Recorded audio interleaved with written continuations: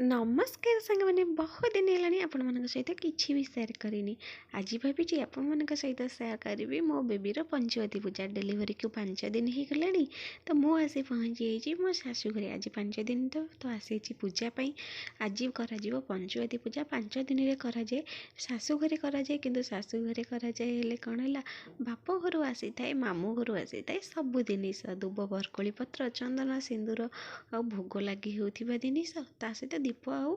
धूप भी मध्य सबकि आसी थाए मामू घर तो आमर मेन अच्छी उखुड़ा लगी हुए तो ता सहित लड़ू मिठा आउ जहाँ भी आपण मैंने खुशी लगे पारे उखुड़ाटी थाए आमर मुड़ीर उखुड़ा थाए मुड़ी रे थाए नड़िया आउ बादाम सोला मटर बिरी आउ मुग या मिसई गोटे गुड़े बढ़िया से उखुड़ा बना जाए सेटा भोग लगी हुए ता सहित आउ गोटे नियम अच्छी मामू खोसती गुआ गुआ खोसा जाए चाଳରେ ଏବେ ତ ଚାଳ ଘର ନାହିଁ ବାକି ତାଜାରେ ଖୋସି ଦେଉଛନ୍ତି ତା ସହିତ ମୋ ଭାଇ ବି ଆସିଛି ଗୁଆ ଖୋସିବା ପାଇଁ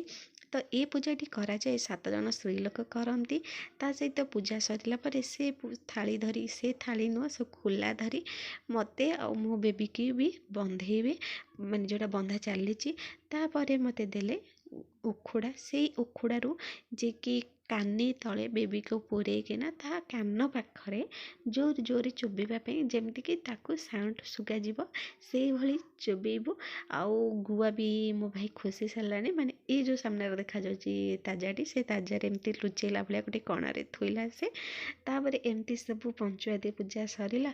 ସେ ଯେଉଁ ଭୋଗ ଲାଗି ହେଇଥିବା ଜିନିଷ ସେ ସବୁ 7 ଜଣଙ୍କ ସ୍ତ୍ରୀ ଲୋକଙ୍କୁ